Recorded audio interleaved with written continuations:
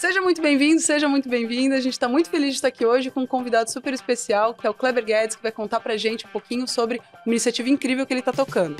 E aproveitando, a gente também vai falar sobre o nosso lançamento, o nosso Friendbook, que está disponível para download no humancoders.com.br. Exato, a gente tem aqui as versões impressas dele, mas ele tá lindão lá, você pode ver, tem um monte de informação legal sobre 3 temas principais: mercado, empregabilidade e educação. E hoje a gente está aqui falando sobre educação. Vinheta.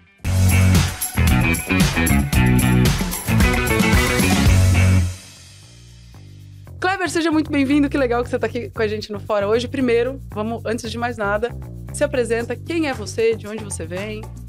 Primeiro, super obrigado, Mari e Lula, super feliz de estar aqui com vocês. Admiro muito o trabalho da 42, então obrigadão de verdade pelo convite. Sou o Kleber Guedes, hoje eu que lidero o Programadores do Amanhã. Programadores do Amanhã é uma organização que forma jovens negros e negras em programação, inglês, soft skills, com foco no mercado de trabalho, foco em geração de renda e empregabilidade. Hoje nós já temos 3 turmas, já estamos rodando 3 turmas, em breve mais turmas começando aí, então é isso, fiquem de olho. Aí, ó, os 3 Friendbooks aqui, ó, juntos em uma coisa só, praticamente. Verdade. Você sabe, Kleber, que durante sua apresentação, né, assim, quando você fala do Programadores da Manhã, tem um detalhe, assim, que você passa rápido, mas que é profundo, assim, mas você passa rápido, papapá, é isso, tal, mas que eu acho que vale a pena a gente se aprofundar, porque eu demorei muito tempo pra me aprofundar nisso, né? Mas quando você apresentou, você fala, putz, beleza, tecnologia, né, programação, soft skills, inglês, eu falo, putz, sensacional, e você fala, jovens negros e negras, né? Que é uma coisa que passa rápido desapercebida. É até legal pra não fazer tanto buzz, né? Tem uma galera que ainda não entende muito qual que é o impacto disso, mas eu acho que pra gente que trabalha com educação, a gente sabe o impacto disso. Mas isso não é um negócio que, sei lá, há 15 anos atrás, quando eu comecei a estudar tecnologia, sei lá, 15, 16 anos atrás, não era um negócio que a gente via tão explicitamente. A gente via, talvez, em comunidades, sabe? Numa ONG lá, afastadona, na periferia e tal.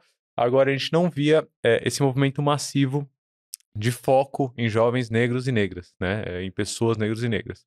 E a minha pergunta para você é uma pergunta bem, assim, profunda, talvez, que é quando você descobriu que você era negro? Pô, é uma ótima pergunta, eu acho que é uma coisa que, no Brasil principalmente, é uma coisa muito... não é uma coisa tão exposta, assim, a discussão racial no Brasil não é uma coisa que, necessariamente, é óbvio que em algumas casas você cresce falando muito sobre isso, mas não foi do meu caso, assim. Mas é muito doido, porque ao mesmo tempo foi uma coisa muito natural pra mim.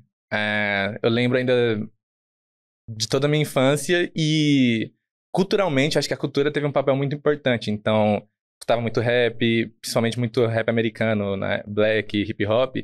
E aí, pô, quando você olhava lá os artistas, eu olhava eles e eu... Tamo aí. E aí, sei lá, quando eu trançava meu cabelo, quando eu era bem, sei lá, tinha 12 anos, eu trançava meu cabelo, era natural aquilo que eu fazia. Só que eu lembro que... E aí vem o papel da sociedade no seu entorno. De tudo, assim. E aí você crescendo, aí você tá andando na rua, e aí, neguinho, vem aqui. E aí aquilo entra na sua cabeça e fala assim, E aí isso vai acontecendo com alguma recorrência e tal. E, enfim, sempre foi uma coisa muito ali. E aí eu lembro, na primeira série, a primeira autodeclaração que eu fiz foi aquelas provas do governo que tem que fazer anual quando você tá na escola. E aí tinha lá as autodeclarações. E eu nunca tinha, assim, nem...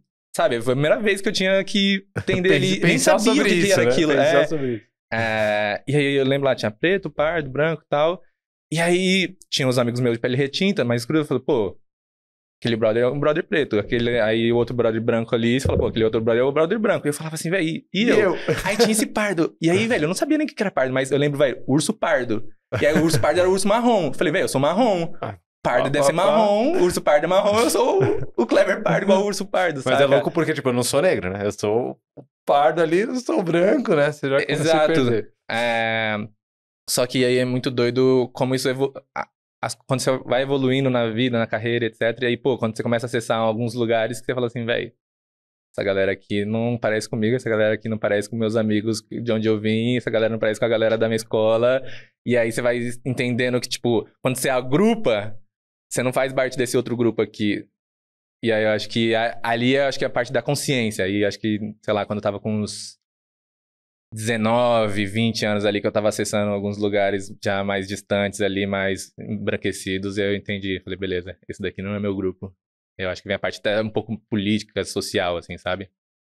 E é até perigoso, né? Eu gosto de trazer esse assunto, de fazer esse tipo de pergunta, porque é, enquanto você não descobre, né, enquanto você ainda fica naquele pardo ali do teste, né, da pesquisa do censo ali, e você fica perdido, é muito perigoso o processo, principalmente adolescência e pós-adolescência, você se perder dentro disso, né? E você achar que, não, putz, eu preciso emular uma realidade que não é a minha realidade, sabe? Eu preciso mudar meus trejeitos, eu preciso mudar minha linguagem, eu preciso mudar, sei lá, minha roupa, é a trança, né? Putz, a trança era quando eu tinha 12 anos. Agora, se eu tenho 20, 21, 22, eu tô procurando um trabalho, putz, eu tenho que tirar a trança, né? E aí você começa a se confundir. Aí eu acho que entra, talvez pra gente até entrar no Programadores do Amanhã, eu acho que entra talvez esse lance de identidade atrelada à tecnologia, identidade atrelada a uma... Até a gente fala muito de... Tá muito na hype falar de afrofuturismo, né? Tá muito na moda, mas identidade atrelada a pensar num futuro para essa juventude, um futuro estável, um futuro sólido. E aí eu ia perguntar assim, todo esse contexto que a gente está trazendo aqui antes de entrar no Programadores da Manhã em si, foi a base para você trazer o Programadores da Manhã? Tá envolto nisso tudo? Ou você pensou mais no lado tech e o resto só veio a reboque, assim? Eu acho que talvez nenhum dos dois. Eu, ali a partir dos meus 18 anos, até voltando um pouco assim, estudei toda a minha vida em escola pública, na parte que eu estudei. Eu larguei a escola, é muito doido isso. Porque eu acho que dentro do meu ambiente, da minha família, assim, a gente tinha uma parada muito de trabalho. Saca? Eu via meu avô trabalhando, eu via meus tios trabalhando, todo mundo trabalhando e o foco tava no trabalho. Apesar de tinha aquela coisa assim, gente, tem que estudar e tal, mas eu não via ninguém estudando, eu via todo mundo trabalhando. Então, sei lá, eu comecei a trabalhar com 11 anos, 12 anos, não lembro agora, assim, mas nessa faixa, assim, tava na quinta série. E eu comecei a trabalhava no Lava Rápido, depois Lava Rápido, trabalhei numa lojinha. E, velho, era trabalho mesmo, de segunda a segunda, e era isso, saca? Então, eu já comecei a trabalhar muito cedo e a mente de trabalho. Já ajudava em casa, já, tipo, tinha meu dinheiro se eu quisesse comprar, sei lá, uma roupa, alguma coisa. Então, eu já tinha esse foco no trabalho. E a escola começou a não fazer tanto sentido. O que tu tá vendo na escola, tipo, velho, como isso daqui vai de alguma forma impactar a minha vida? Ou que não entendi nada do que aquele professor falou. Ou o próprio ambiente da escola não era um ambiente muito saudável. E aí, enfim, tem um momento que eu me descolo ali da escola. E aí, agora conectando com Programadores da Manhã, depois ali dos meus 18, 19 também, que eu falei, pô, dessa parte de consciência, e aí vou ganhando mais contexto do mundo. E aí, com isso, vem uma politização também, saca? De começar a entender o mundo, de começar a entender as coisas, e aí começar a olhar dados, e aí você começa a olhar os dados, você vê que tem alguma diferença ali. E aí, de novo, conectando com Programadores da Manhã, hoje, mais de 70% dos jovens que largam algum nível da escola, ensino médio, fundamental, etc., são jovens negros. Então, a cada 10 jovens que saem da escola, 7 são jovens negros. 33% das mulheres negras abaixo de 30 anos não estudam e nem trabalham. E óbvio que isso não é uma por opção, assim, é por uma falta de oportunidade. E aí, então, quando você olha os dados, e aí quando você vai desenvolver uma empresa, você pensa numa estratégia. Quem que é a pessoa que mais sente essa dor? Toda empresa, qualquer empresa que for desenvolver alguma coisa, fala assim, gente, a gente tem que começar por um segmento de pessoas que estão sentindo mais essa dor. E aí, quando a gente olhou os dados, a gente falou, gente, nosso foco tem que ser foco nos jovens negros, porque 33% das empresas no Brasil de tecnologia não tem nenhuma pessoa negra no time de tecnologia. 33% das mulheres negras abaixo de 30 anos não estão no trabalho. Eu falei, gente, vamos mudar isso? Então, é por isso que eu acho que não foi tão numa pegada tech, nem numa pegada tão futurística. Foi numa pegada de, gente, é uma dor hoje, é uma dor real e a gente tem que mudar isso. A introdução, você falando é engraçado, você falando dos dados, dá para lembrar os movimentos culturais, né? Que desde da década de 90 já vem trazendo isso. Me vem muito na cabeça o Racionais, capítulo 4, versículo 3, que ele abre, né? Ele abre já, trazendo estatística, trazendo os dados ali. 60% dos jovens de periferia sem antecedentes criminais já sofreram violência policial. Mas é um movimento cultural, né? Um movimento artístico, assim.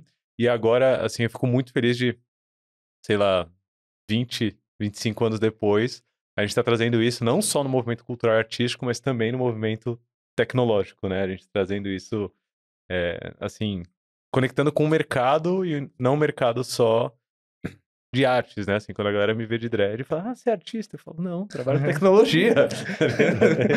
De certa forma, sim, né? Sou artista, mas das linhas de código. Kleber, eu queria te fazer uma pergunta. A gente estava conversando ali no backstage e você tinha me contado que você passou por várias empresas muito legais ao longo da tua carreira, né? Eu queria que você me contasse esse gap aqui de que você saiu da escola muito cedo e como é que você conseguiu acessar essas empresas de tech ponta aí que você teve nos últimos anos. Isso é muito legal, assim, porque eu não imaginava, acho que voltando ali para meus 15 anos, não imaginava que algum dia eu ia estar aqui participando de um podcast, enfim, contando até um pouco da minha história ou um pouco do meu trabalho. Com 15 anos, deixa eu ver, 15, 16 anos, eu comecei a trabalhar como jovem aprendiz. E aí, esse foi um momento de virada na minha vida. Porque até então, como eu falei, eu trabalhava já nesses trabalhos mais informais e não me dava bem com a escola. E aí, quando eu comecei a trabalhar como jovem aprendiz, o programa de aprendizagem, ele exige que a empresa tenha um curso de aprendizagem para desenvolvimento daquele jovem ali. E aí, eu trabalhava lá e tinha o curso de aprendizagem. Nesse curso de aprendizagem, era um curso muito voltado à gestão e negócios. Então, eu lembro da primeira aula que eu tive, foi uma aula de empreendedorismo. E aí, teve até um case de um empreendedor do Rio que chama David Camelot. Um dia eu ainda quero conhecer esse cara. E aí, a gente viu o vídeo dele, que basicamente era... Ele tava com a filha doente, e aí desempregado, sem dinheiro nenhum. Ele conseguiu R$10 emprestado. E aí falou, velho, vou comprar o remédio da minha filha. No caminho, ele falou, se eu gastar esses R$10 agora com o remédio, acabou. E ele falou, eu vou ali comprar, sei lá, uns doces, vender aqui no Farol. E aí ele foi e fez isso, e aí ele fez R$20. E aí ele pegou os 10, comprou o remédio, sobrou esses 10 e ficou trabalhando, vendendo doce, etc. Depois esse cara virou milionário, dando palestra de marketing, sem formação acadêmica, mas porque ele tinha uma pegada empreendedora ali. E aí, quando eu vi esse cara, eu falei, velho, empreendedorismo. Era uma palavra que faltava no meu vocabulário. Porque, pô, meu avô era pedreiro, só que meu avô, tipo, era o cara que buscava o trampo, assim. Então, ele ia batendo lá na porta, conseguia o trampo, e aí chamava as outras pessoas pra trabalhar com ele. Sei lá, minha avó no verão vendia sorvete. Minha tia sempre vendia algumas outras coisas lá. Minha outra avó vendia Avon, essas coisas. Claro. E aí, velho, isso é empreendedorismo. E aí, quando essa palavra veio no meu vocabulário, eu falei, velho, é isso, saca? E aí... A escola não fazia sentido, mas isso fazia sentido. Tudo começou a fazer sentido. E aí, nesse curso, pô, contato com finanças, depois com o salário que eu ganhava, pô, eu lembro até hoje, R$350 que eu ganhava no meu salário de jovem aprendiz, eu gastava, tipo, 250 num curso técnico em administração. Porque aí era uma parada técnica mais elevada, assim. Então, pô, lá tive contabilidade, marketing, etc. E aí, com 16 anos, 17, que era a época que era pra eu estar na escola, que já tinha largado da escola, eu tava estudando contabilidade, finanças, marketing, etc. Então, eu não parei de estudar. Eu parei de ir pra escola. Eu comecei a estudar outras coisas. Então, a galera estava estudando física e química, eu estava estudando administração. E aí, isso fez toda a diferença na minha vida, porque eu comecei a ter, tipo, conhecimento, saca? Mesmo que eu ainda não tivesse uma profissão, eu estava adquirindo conhecimento. E aí, depois eu decidi abrir uma loja de suplementos, quando eu tinha 18 anos. Tinha acabado o contrato com a empresa, tinha acabado os cursos, aí eu falei, velho, já sei o que é um balanço patrimonial, já sei o que é uma estratégia de marketing, vamos colocar isso em prática. Tô pronto. E aí peguei toda a minha rescisão de R$800 na época de jovem aprendiz, fui, comprei suplementos, abri o CNPJ da empresa. Lembro até hoje de ir no banco falando assim, pô, quero abrir uma conta PJ. Nem barba eu tinha na época, tipo, cadê sua mãe? Cadê seu... tipo, o que você tá fazendo aqui? Sabe o que significa o que você tá falando? Sim. E aí, mesmo assim, insistindo a galera, e aí deu certo. Enfim, mas foi massa, assim. A gente fala, pô, abrir uma empresa no Brasil é difícil. Com 18 anos eu tava vendo como que era essa realidade, sabe? E aí, obviamente, a loja não deu certo. Com 18 anos eu ainda não tinha adquirido todo o conhecimento pra empreender. E aí eu tinha ideia...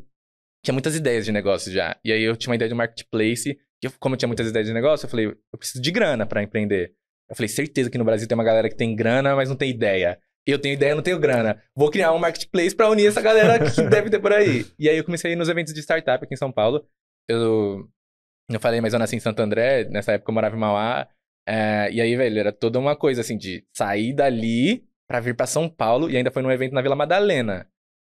Era uma parada de negócio. Eu não tinha roupa. E eu lembro que eu peguei um blazer de um tio meu e tal. Coloquei o blazer. Tem essa foto até hoje que eu tirei no banheiro do evento lá. de blazer e tal. Eu falei, velho, vamos pro negócio de... Vamos pra reunião de negócios lá. E era uma reunião dos empreendedores e tal. E, enfim... E aí foi ali que eu comecei a entrar mais nesse meio das startups. E aí eu conheci uma galera que estava abrindo uma consultoria focada em PMEs, startups. E aí eu contei uma das ideias que eu tinha. Os caras falaram, não, interessante essa ideia aí. Acho que a gente pode te ajudar. Era uma consultoria que estava começando e o papel deles era ajudar empreendedores. Só que aí depois marcamos uma reunião na Paulista, eles tinham um escritório lá na Paulista, e eu dessa vez peguei uma camisa emprestada do meu avô. Eu falei, velho, camisa de reunião de negócio, vou ter que ir também. E aí, cheguei lá, eles contaram, só que eu falei, velho, ao invés deles me ajudarem, se eles me ajudarem, eu tenho certeza que eu não vai ser já meu case de sucesso agora com 19 anos. E aí, eu falei pra eles, pô, deixa eu ajudar vocês aí. Vocês vão ajudar outros caras, eu quero ajudar também e tal. E aí eu vou aprendendo com isso, vou aprendendo com o erro dos outros dessa vez, não mais com os meus erros. E aí eu fiquei com essa galera trabalhando lá um pouco mais de um ano. E aí conheci mais o mercado de startups. E aí depois eu consegui a oportunidade de trabalhar na Startup Farm, que era na época uma das maiores aceleradoras do Brasil.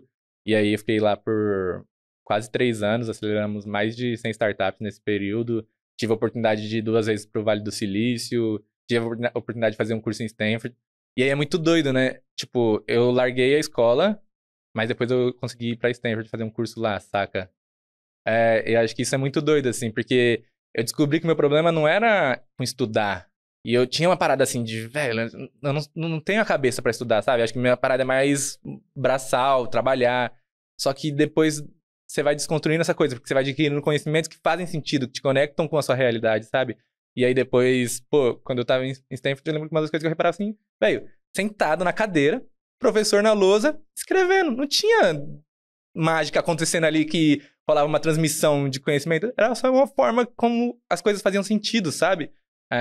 E aí eu acho que esse momento foi muito importante pra eu começar a acreditar um pouco mais em mim, sabe? Acreditar, velho, sou inteligente também, eu tenho conhecimento, sabe?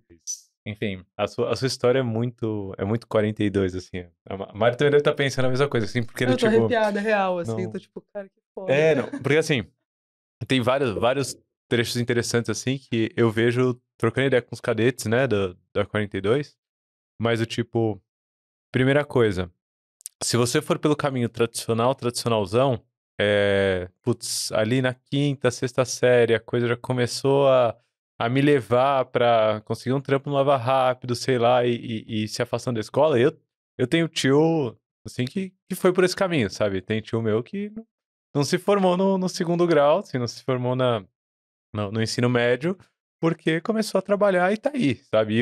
E aí, esse que é o caminho, né? Hoje, sei lá, meu tio, ele trabalha, motorista de uma família rica, assim, sabe? Que é diferente já da minha geração. Sei lá, eu fiz faculdade, e isso é muito doido, né? Minha prima também fez faculdade e tal, mas porque ela continuou nesse caminho e eu continuei nesse caminho. Agora, pra quem desvia desse caminho muito cedo, é muito mais difícil o futuro, né? Do tipo, você já virou à direita ali em algum canto, virou à esquerda em outro canto ali. E a 42 pra mim, quando você conta nessa história, a 42 pra mim é uma dessas alternativas, sabe? Você conseguiu achar seu caminho pelos eventos de startup, pelas conexões que você fez, que eu acho que é, assim, uma dica muito boa. Pra quem tá assistindo, tipo, se conecta com gente boa, sabe? Se conecta com gente boa, ponto, assim.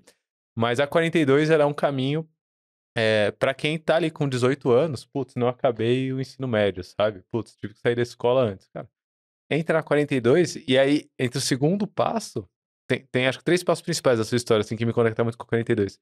O segundo passo, que talvez a escola não era muito sua pegada, mas estudar não é simplesmente estar na escola, né? Estudar não é você ali tá parado naquele horário até aquele horário ouvindo o que alguém tá falando, sabe? E na 42 a galera tem a oportunidade de ressignificar um pouco o que significa esse estudar, né? Eu, por exemplo, agora eu tô me arriscando, eu tô fazendo o currículo da 42 também, aqui e ali, né? Não vou prometer nada, mas tô tentando, tô entrando de cabeça ali, também um pouco como aluno.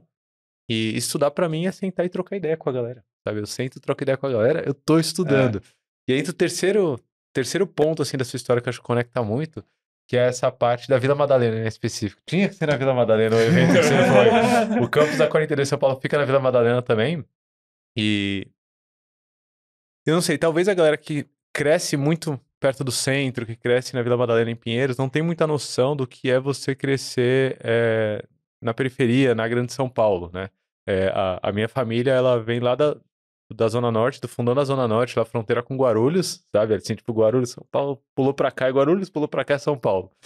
E eu já tive a oportunidade de crescer um pouco mais pra cá, na Zona Norte, que é no Tucuruvi, que já é a primeira estação do metrô, né? Quando eu era pequeno não tinha estação de metrô, aí no Tucuruvi a gente tinha que ir até Santana, mas já tava ali, o metrô foi até lá. Aham. Isso já faz uma diferença no meu cotidiano, sabe? Nas minhas relações, nas relações sociais. E aí quando eu comecei a ir pro centro, quando eu comecei a fazer faculdade, que era ali no centro, aí eu comecei a frequentar Paulista, aí já é outro rolê.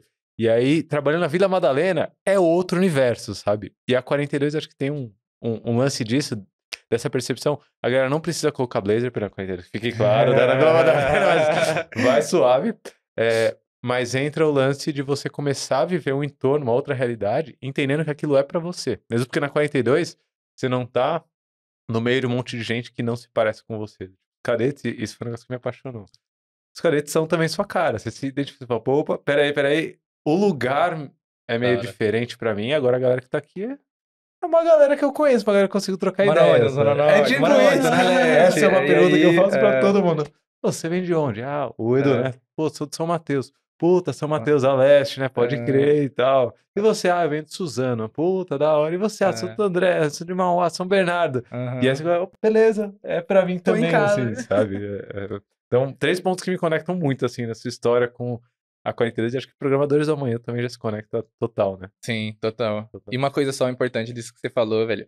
Eu poderia contar essa história falando de pessoas que estavam comigo nesses momentos, saca? Cada pessoa que foi fundamental, desde, velho, a galera que eu conheci no evento que tava lá, e depois uma galera que me ajudou a conseguir o outro trampo, e outro trampo, saca? Tipo, até aqui o Programadores da Manhã.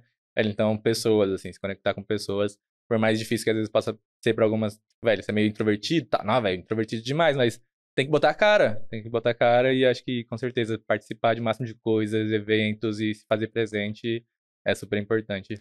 E até mesmo a galera do rolê, né? Às vezes tem tipo, não, tô aqui com a galera do rolê e tal. É divertido, claro, mas assim, você tem que entender pra onde esse grupo tá indo. Né? Pra onde, o que a galera tá querendo construir. Você falou uma coisa, assim, que me conectou muito também, que é, também estudei minha vida inteira na escola pública e teve um momento da vida, assim, que eu lembro que eu sempre era a pessoa que ficava pra trás nos ditados, que não ia muito bem nas provas, e eu ficava...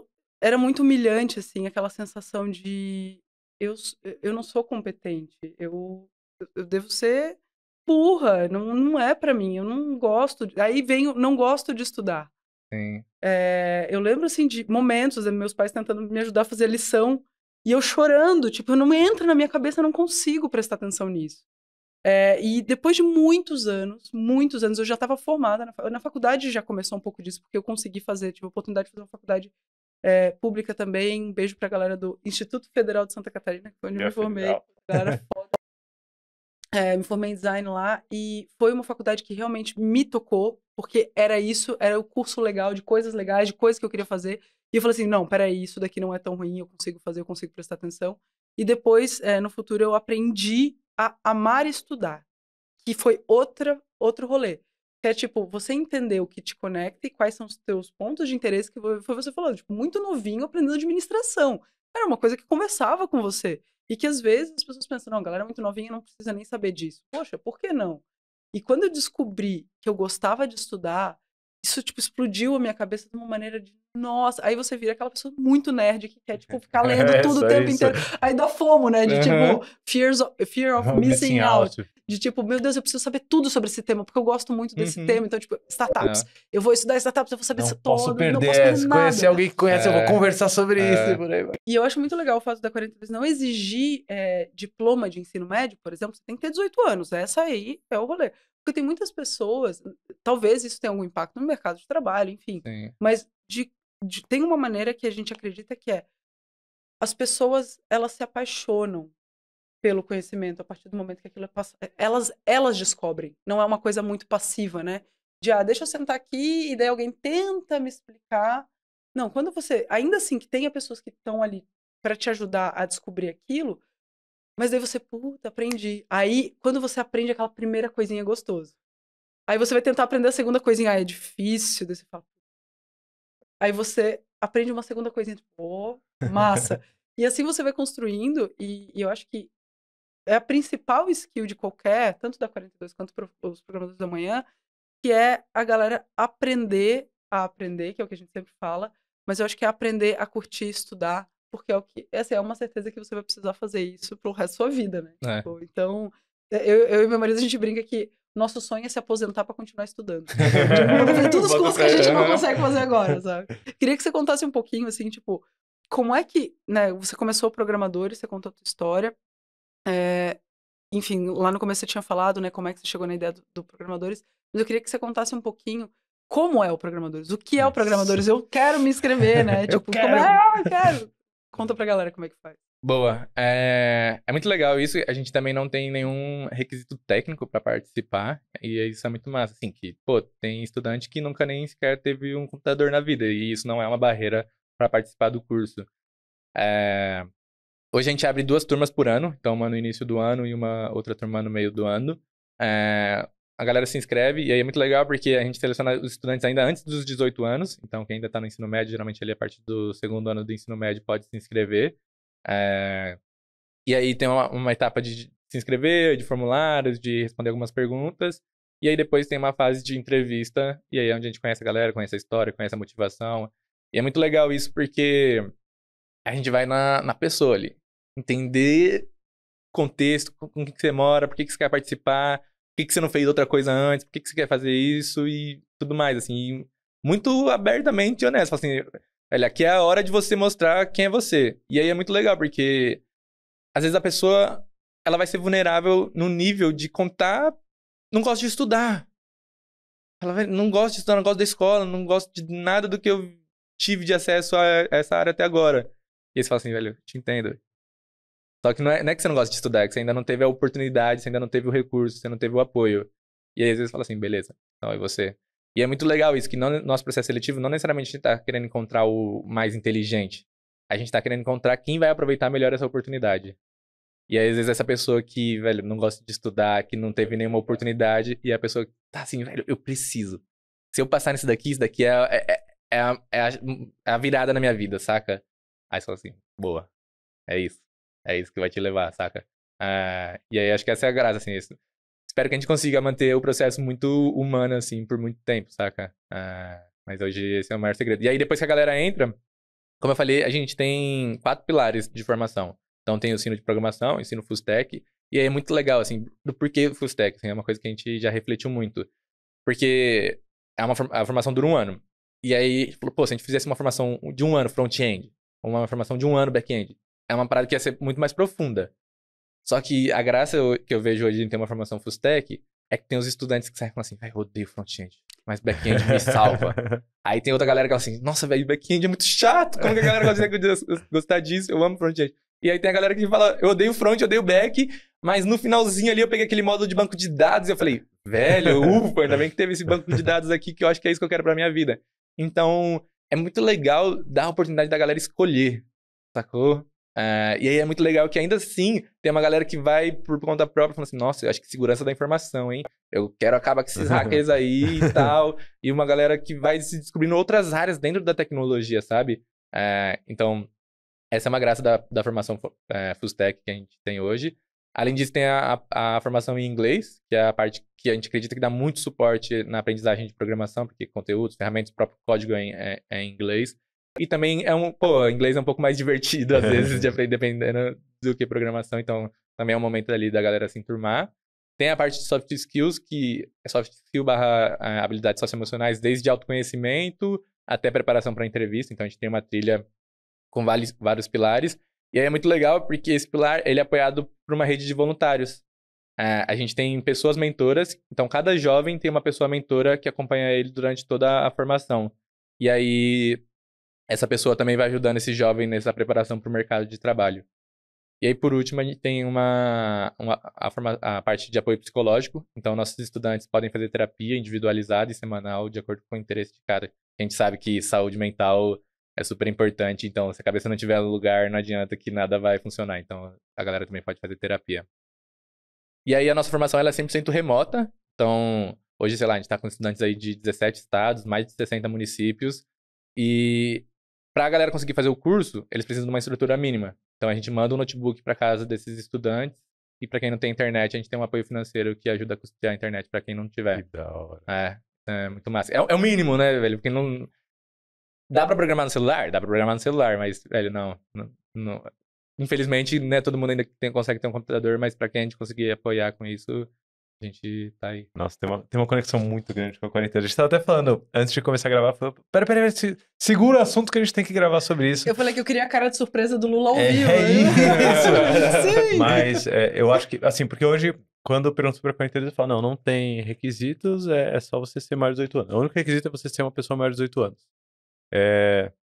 E aí sempre vai falar, putz, mas tenho 16 ainda, né? A gente tava no programa semana passada, que os jovens falam, tenho 15, eu tenho 16. Aí a minha resposta padrão era, então espera aí mais uns 2 aninhos e manda ver. Agora minha resposta já vai mudar. Tenho 15, tenho 16. Conhece Programadores da Manhã? Isso é muito legal, assim. A gente tem hoje no Brasil diversas outras organizações, várias delas nichadas também, algumas exclusivas para mulheres, algumas exclusivas para a população LGBT, enfim. E a gente faz muito isso, fala assim, a gente também tem o limite de idade, então, pô, às vezes vem uma galera de 30 anos, 42 ali, conecta muito mais com você. Às vezes uma galera que já tá trabalhando e não consegue parar para estudar no nosso caso e, pô, 42 tem um suporte ali que talvez faça mais sentido para você, saca? Então, acho que isso faz super sentido, sabe? Que a gente não vai resolver esse problema sozinho. Velho, o problema do Brasil é de milhões de pessoas. A gente tem que estar de mão dada, apoiando, porque é só assim que a gente vai conseguir gerar algum impacto real. E tecnologia só vai aumentar. Eu falo isso pra galera. Só vai aumentar, assim. A demanda por tecnologia só vai aumentar. Tem que aproveitar e conectar com gente boa, conecta com gente boa, conecta com gente boa. Tem um outro ponto também que eu acho interessante, que é essa estratégia de vocês de darem programação full stack, inglês, soft skills e apoio psicológico, é basicamente a receita para a pessoa entrar na 42 meio que engatilhada e preparada, né? Porque a 42, a gente costuma falar que ela não é um curso rápido. A 42, ela é pra gente muito mais uma faculdade mais rápida, sabe? E não, tipo, um curso que você vai demorar uns anos. Não, é uma faculdade mais rápida. A gente não tem o título de faculdade e tudo mais, mas acho que é questão de tempo. Daqui uns 10, 15 anos, não sei.